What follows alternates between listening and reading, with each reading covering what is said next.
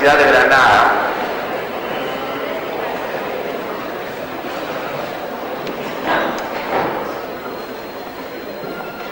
que se va a ocupar del tema estrategias narrativas en Crónica de una muerte anunciada. Gracias. Como tenemos problemas de tiempo, voy a procurar ir lo más rápido posible.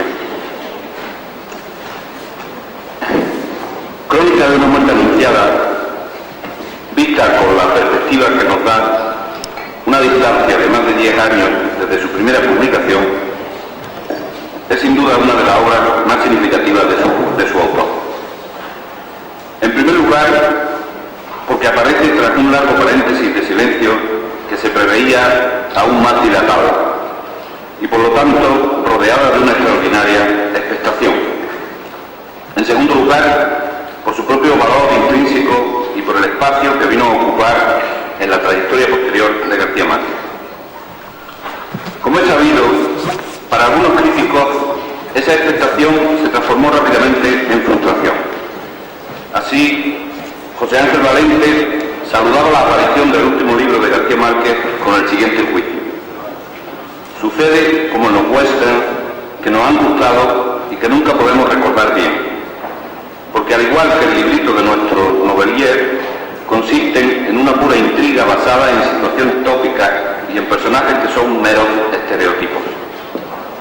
O bien el mismo Gutiérrez Girardot, quien afirmaba lo siguiente: lo que caracteriza a la crónica, además de un abuso estilístico de la conjunción adversativa pero y de frases triádicas, es precisamente su carencia de sustancia. Parece evidente que esta incomprensión, reflejada en reseñas de primera hora y escritas más o menos a vuela pluma, debió estar motivada por el enorme y ya solemne peso que la obra anterior del autor colombiano tenía en la conciencia crítica de los autores citados. De cualquier modo, en años posteriores y con una mirada más reposada y distanciada, distintos estudiosos han abordado la indudable riqueza y complejidad de esta obra desde variadas perspectivas críticas. Hay quienes la interpretan desde el punto de vista de la fatalidad, tema enormemente recurrente en la obra de Márquez, como Donald Shaw, Ángel Rama, Olfazar y Rodríguez, Sandra Ocheto, etc. Otros a través de la violencia como categoría inscrita en la vida social latinoamericana, Gustavo Bellón, Redmond, Fowles. Algunos la centran en la figura simbólica de Cristo, como Jaime Concha, Ambrosio, Muñoz, Peunel, etc. Y otros en la tragedia griega y el rito del sacrificio, como también Bellón, Rama, Davis. Hay, en fin, quienes la leen a través de la temática hispánica del honor, como Kercher, Fowler, Redmond, McGrady, Harvey, Iglesias, Hugo Méndez, y quienes la interpretan desde una perspectiva feminista, como Catherine Ross, Sandra Busqueto o Muñoz, además de otras interpretaciones más generales, como las de Esther Mocega, López Lemus, Pablo Luis Ávila, Joseph, etcétera, etcétera. No obstante, resulta interesante advertir que muy pocos de entre ellos, incluso los que han escrito sobre la crónica con una perspectiva temporal más amplia, han reparado en el lugar que este libro ocupa como literatura misma en la trayectoria literaria de García Márquez y, por lo tanto, en las necesidades funcionales y estructurales de un discurso en progresión. Gutiérrez Girardot, en la reseña antes citada, haciendo gala de esa intuición crítica admirable a la que nos tiene acostumbrados, aventuraba lo siguiente: la crónica podría cerrar un ciclo en la obra de García Márquez e inaugurar otro, el ciclo de la invención y el de las memorias, respectivamente.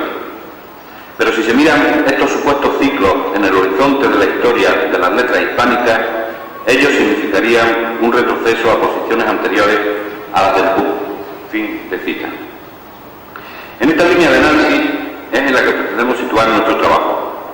Efectivamente, para nosotros la crónica de una muerte anunciada marca una inflexión en la trayectoria narrativa de García Márquez.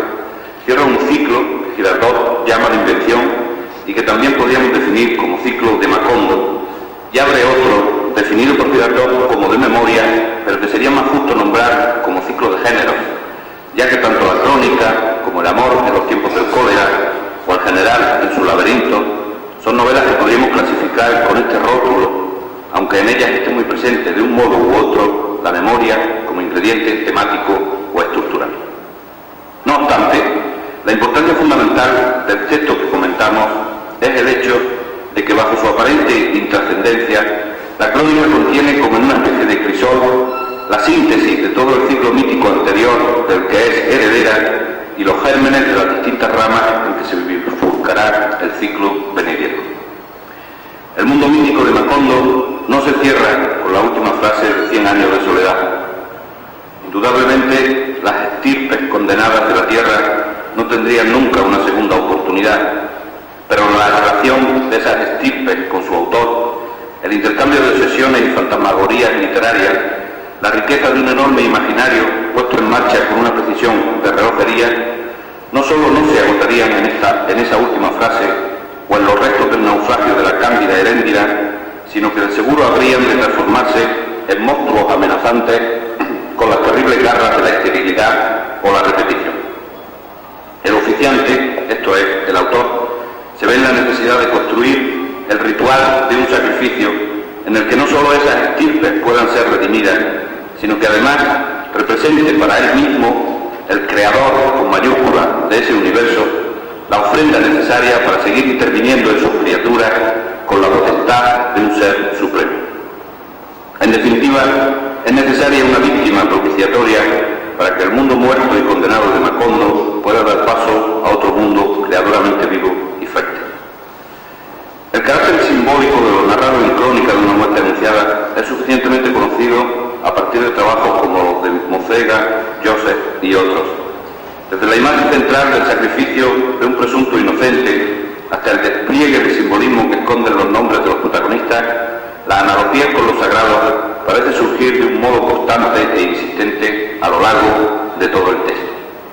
Santiago Nazar, Nazareno, es sin duda la víctima propiciatoria, presuntamente inocente, que es inmolada para satisfacer las creencias de un grupo social, para expiar su culpa a través de una fuerza ciega e inexorable que puede identificarse como fatalidad. El sacrificado cumple prácticamente todos los requisitos exigidos en este tipo de rituales: presunta inocencia, juventud, belleza, noble linaje, etcétera, etcétera. Por otra parte, que los elementos míticos paganos se mezclen inexorablemente con otros procedentes de la simbología cristiana es perfectamente coherente con las características del mundo mítico que García Márquez había construido en su ciclo anterior. Ahora bien, la crónica no solo se limita a ser resumen del ciclo mítico que la había precedido, sino que además pretende cerrarlo, agotarlo en sus posibilidades de una vez por todas y para siempre. ¿Cómo podrá un escritor moderno cerrar ese ciclo, apagar su rescoldo de tal modo que nunca más vuelva a encenderse ese fuego en su imaginación? García Márquez lo hace proyectando sobre él uno de los recursos más queridos por la modernidad literaria: la ironía. Nuestro autor parte de un aparente modelo de escritura para proponernos su relato, la crónica periodística.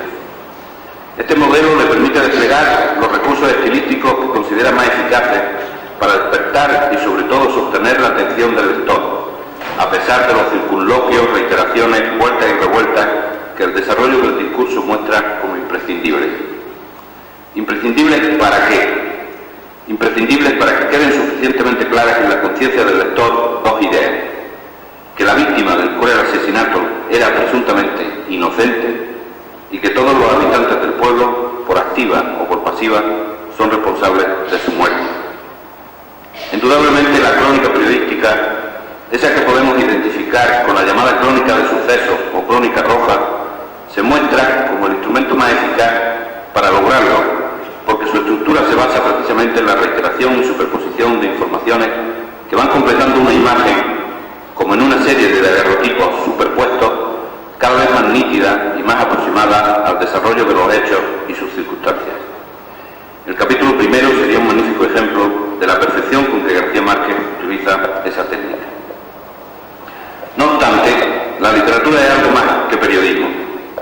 Por esta razón es por la que nuestro autor, sin distanciarse demasiado del carácter informativo que como recurso utiliza en primer lugar para su obra, va introduciendo otros que lo acercan cada vez más a las reglas del juego literario.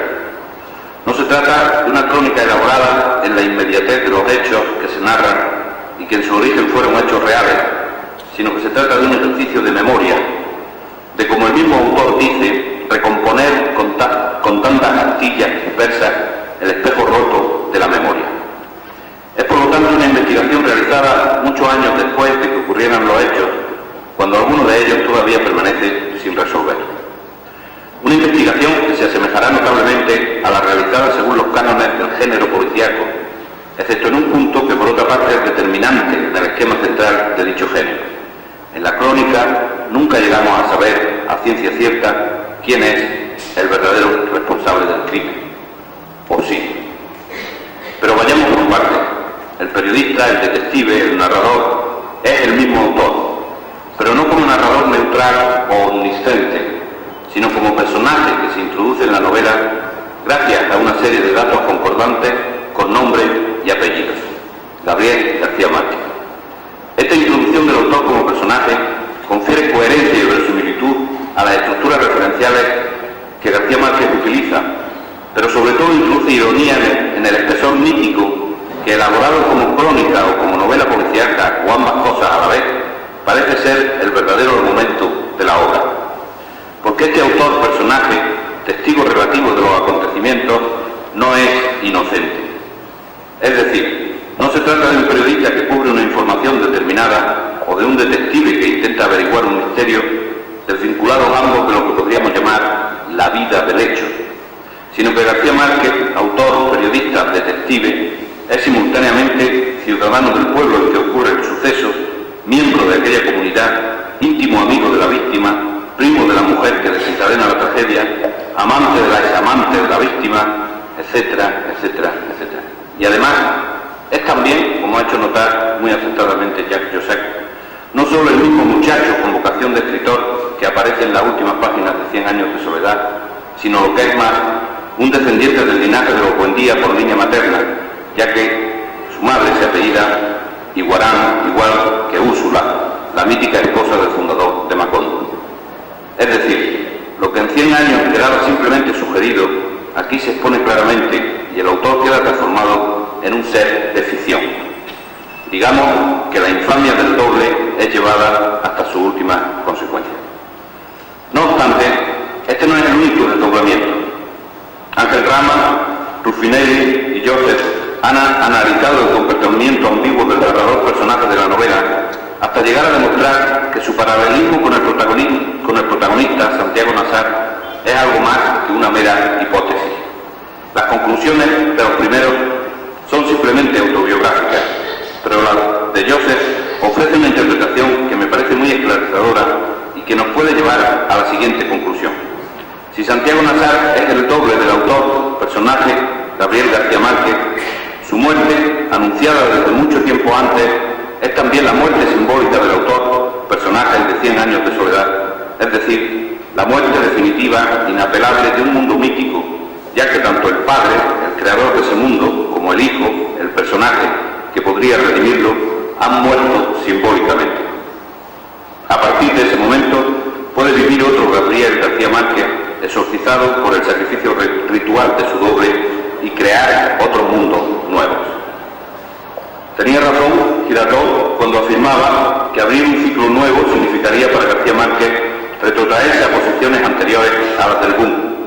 Tenía razón, pero acabando en la cárcel, como reza el dicho castigo. Porque precisamente para salvar el inconveniente que Girardot veía en este nuevo ciclo, es decir, el de convertirse en un lugar de sí mismo, el de repetirse con entusiasmo, García Márquez realiza en la crónica el sacrificio ritual de su mundo literario anterior y de su mismo yo imaginario, el creado por la literatura y por el éxito. También serían razones, como expuso ayer el profesor Teodosio Fernández en su exposición, porque esa literatura mítica, real, maravillosa, se ha convertido para García Márquez en una pólvora mojada. La lectura que la crítica ha hecho de esa fundación mítica de Hispanoamérica apenas ha servido para asimilarla a las viejas categorías de lo exótico y lo primitivo autocomplaciente. Hay un pasaje en la crónica muy significativo en este sentido. García Márquez nos habla de su reencuentro con Ángela Vicario. Mucho después, en una época incierta en que trataba de entender algo de mí mismo vendiendo enciclopedias y libros de medicina por los pueblos de La Guajira, no quise creer que aquella mujer fuera la que yo creía, porque me resistía a admitir que la vida terminara por parecerse tanto a la mala literatura. Pero era ella, Ángela Vicario, 23 años después del drama. La cronología está hábilmente manipulada, no solo porque se trata de mezclar la realidad y la ficción, de reescribirse más que de escribir diarios o memorias. Según la cronología que Joseph establece a partir de la crónica, estaríamos en 1967, al margen de la venta ambulante de enciclopedias y libros de medicina. Un año muy adecuado para que García Márquez intentara entender algo de sí mismo y un año muy significativo para que se resistiera a admitir que la vida terminara por parecerse tanto a la mala literatura. Esa mala literatura, el folletín, la novela melodramática, constituye el otro gran núcleo temático de la crónica y actúa en ella como el único lugar de redención.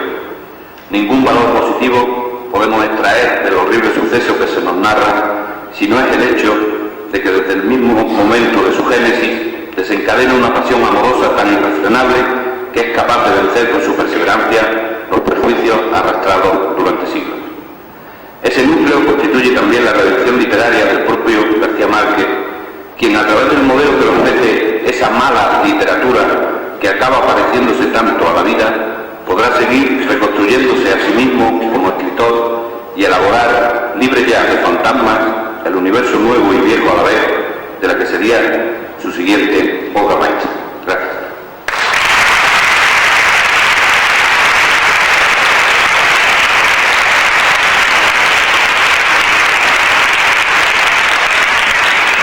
Muchas gracias, profesor Salvador.